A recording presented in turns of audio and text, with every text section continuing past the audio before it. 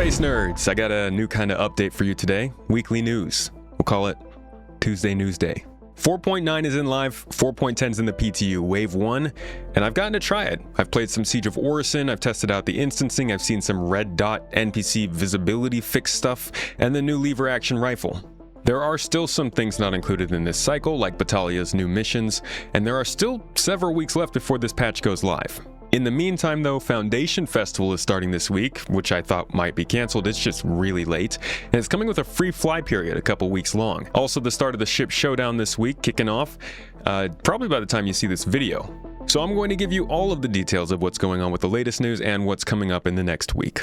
Alright, let's start with the live game. Alpha 4.9 is live, not that exciting. It's mostly been about maintenance and bug fixing, and after some maintenance, it actually does appear to be running a little better. At least on the client, according to 10#42, editor of this very video, and our local benchmarker in the verse. He has spotted an FPS increase down at Loreville, at least, and it's the best it's looked this year. So hopefully that does stick. I'll leave that link down below for you. The patch also brings with it quite a few different fixes. No, not the ones you were hoping for, sorry, but some things got fixed. I'm sure something somewhere. 4.9 is not really the end of the bug fixing, so expect to see more of this in 4.10 and 4.11. And honestly, hopefully this is just a philosophical change for them and they can start looking at root causes of the problems and fixing them rather than letting them sit and hopefully have a replacement at some point. That strategy has clearly not worked.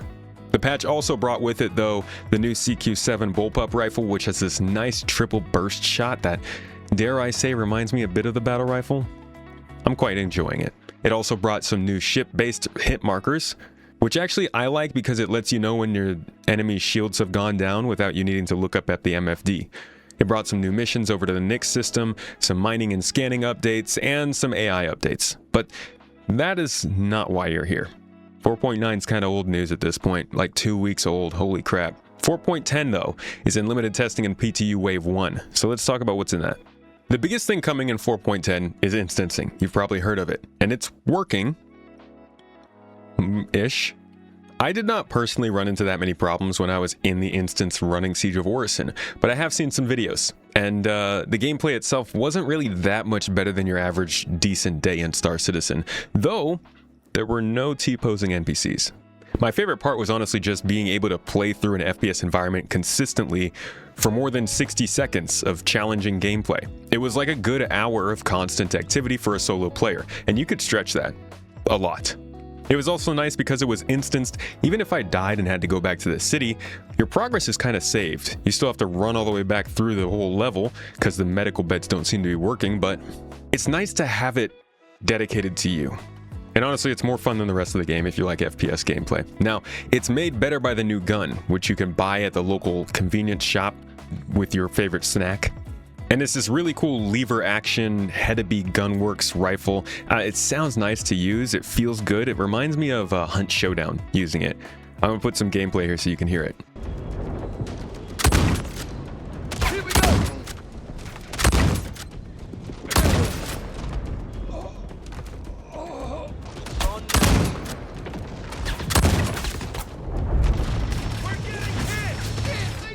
Now, this is fun, but it's still an obvious Wave 1 build. It's good that it's already out and getting tested. It's probably going to be another 2 to 3 weeks of testing and iterating on this before it goes to the live servers. Solid. This is a good approach to 4.10, and I think the tech preview period and delaying this to the next month instead of releasing it in 4.9 this month, I think that was a good call. So more tech preview testing, please, CIG. But we're also not really out of the woods at all just yet. There are plenty of desync moments. You're going to get times when the NPCs don't make sense, and there are still a lot of those same voice lines getting yelled at you all the time. It should be known, you got their cousin. But instancing is the main reason for 4.10 to exist, even if it is just the second half of 4.9. CIG made the call to delay this out of 4.9 back in June and make sure that it wasn't going to release into a more broken environment in July, which is, 4.9 right now. It is definitely better than it would have been if it came in 4.9. What we're seeing right now is a result of the tech preview having happened a few weeks ago, them taking care of some problems there, and now it's coming out to the PTU so that people can actually play it. This is how I hope CIG releases all the new features and tech from now on. It worked. But how this gets delivered to live is what proves if it actually sticks. PTU is one thing, but I think player confidence is really important now, and they can't release 4.10 to live in a broken state. And there's one more angle here. The expectation with 4.10 and instancing, as was mentioned by Benoit earlier this year and last year, is that this is bringing quasi-dynamic server meshing behavior into the game. Now that kind of sounds like a buzzword meant to just sound pretty and fancy, but it actually is a really important step for the game. And CIG has not confirmed whether this is the case or not in 4.10, so we're still going to have to wait for the next couple of weeks, I guess, and see what they have to say about it. But I will be having Grolo on my podcast later this week to discuss server meshing progress, instancing, and the back end of the game. Supporters can join us live on Friday at 7 a.m. Pacific. Something else that was apparent while I was playing Siege of Orison you might be hearing about are these new red dot lights on the bottom of snipers. They're super obvious from far away, even more so from close, and from what I can tell, they're lights that are literally made to make the user more visible. Now, a lot of people took me saying that this was a scope glint light as it being literal scope glint, but it is not.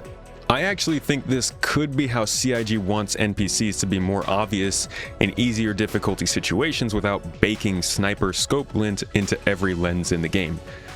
But that's just speculation. Given the way people have reacted to scope glint, I do think that it's something CIG is probably taking into account. And if that is the case, it's a fairly nice quality of life update for a time when variable distance FPS environments are constantly being dropped into the game, and they're trying to push new players into them. I'm talking about Onyx, Stormbreaker, all of the stuff in Nyx. There's just a lot of chances to get shot. This could be an easy way for them to scale the difficulty of enemies in different areas, but I would be interested in hearing what the FPS players in the comments think, because I'm sure you got some thoughts. Now, moving on to another edition of 4.10, the Super Heavy Armor. I didn't use it in game, but I did see somebody using it, and I'm not gonna lie, it looked completely disconnected from physics. Like, this is a really heavy piece of armor, and somebody was just kind of moving around in it like they were light, and I don't think that's the armor's fault. But the armor itself did sound mechanized, which means it runs on power, which could mean EMPs and hacking and maybe even battery drain affects this armor in the future. It has a movement penalty when you're using it, it benefits from reloading by a friend, and it can't EVA on its own. This thing is a tank, and it's meant to be used strategically. From what I've seen though, it doesn't really block that much damage. It's kind of not worth the trade-off in my opinion. Doesn't really sound all that impressive either when I saw it running around, so we'll see where they can get this by the time the game goes live, but for now the Super Heavy Armor does kind of feel like just a little bit more powerful heavy armor. Speaking of armor, there is also some new Ninetales armor showing up that has been pretty divisive in the community, but I do think many are going to enjoy collecting it. I quite liked what I saw from it when I was playing in Siege of Orison, and it's nice to see more diversity in the game. The big addition though that we are currently still waiting for after all of this in 4.10 is Reko Patalia's big narrative missions. Now, she got some missions added in 4.9. Those are just like repetitive background missions that you can run at any time. What we're looking for now are some instance narrative missions that will run you through a chain of stories and have you meeting other characters and going back and forth, actually meeting her in person. This would be the first time we've had mission givers like this in the game in over half a decade, and the first time they've instanced the situation. So this is a really good opportunity for CIG to prove if they can do interpersonal narrative missions that are going to be kind of the bread and butter of Star Citizen outside of the main gameplay. And speaking of things that aren't really here yet, there's also still no news on Squadron 42. Gamescom is next month, and CIG are going to be there, but only at a local bar for a bar citizen, so not quite like at Level Up Expo where they had a booth.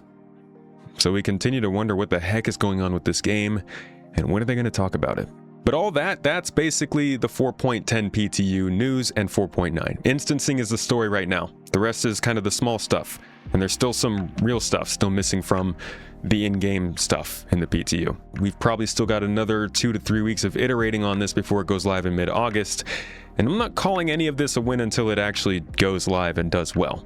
Now, before you go, there is still a little bit more this week. The ship's Showdown is actually beginning today and kicks off a months-long opportunity for players to deep dive into the marketing machine.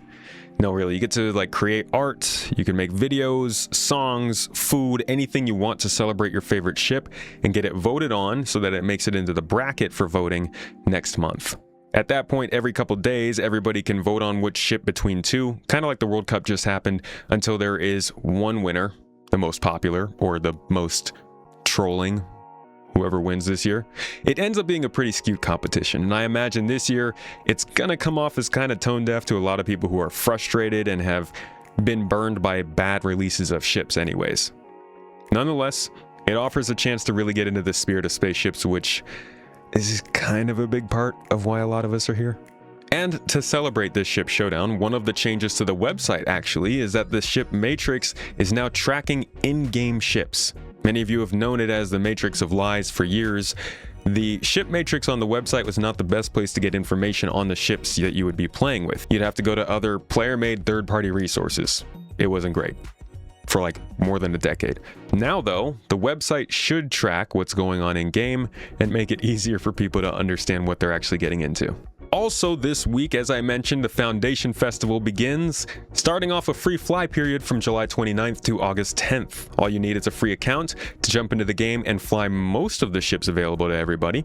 And with a refresh to the guide system making it easier to find a teacher straight from the launcher, this is actually a pretty great time to jump into the game. There's a lot that you can do now compared to previous years, and server meshing is working better than it was last year. That being said, it really depends on how the game is going to be running. Many are probably shouting at their screen right now, feeling like this is a bad time for a free fly, and you might be right. CIG made the wrong call back in May when they continued their free fly into FenceCon even as the game was falling apart, but that was a much higher pressure moment, and I think a lot more people are trying to get in. So we'll see what happens here. Hopefully this doesn't bite them because it's already been a rough year for new players coming in.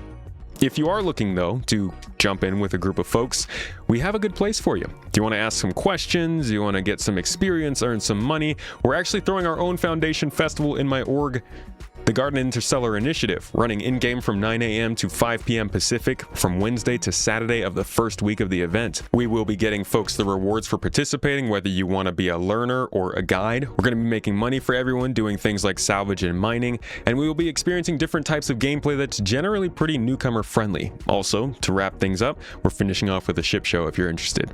Just use the Join Tomato link down below in the video description to make an account and get extra permanent in-game credits, as well as an in-game reward along with one of our supporters, and then just go to gii.app to join the org. We'll see you in Discord. Okay, this week's news almost done. There was quite a bit, but we're also going to be seeing a roadmap roundup this week that should give us a little more insight into anything else coming to 4.10. Probably not the fixes and stuff. We'll get another patch watch on the Spectrum forums that tell us those small bits that I'll get you guys updated on, but there might be a little bit here. There is a lot going on right now, especially for a kind of summer slump period. I'm mainly looking to see if CIG can keep up though. They're still pretty tight-lipped about Squadron 42. We do not know what the plan is for the rest of the year. Chris Roberts has still not said anything about things that have been going on this year, and the game is kind of in a rough state. Folks are getting a little antsy with the summer heat. Honestly, it's normal for Star Citizen to feel like this at this time of year, but I am wondering what the big plan is for them for the rest of this year, because they got to keep things stable. They need to build up goodwill and player confidence again while still moving towards 1.0 and getting Planet Tech V5 launched with Nix 1. So I will keep you updated on what's going on weekly, daily, and monthly right here. I'll hit you up over on Space Tomato Live, the new channel that has opened that'll have more of the casual updates every day. And of course, I just appreciate you being here. Hope you learned something new in this one. Thank you for watching. See you in the next.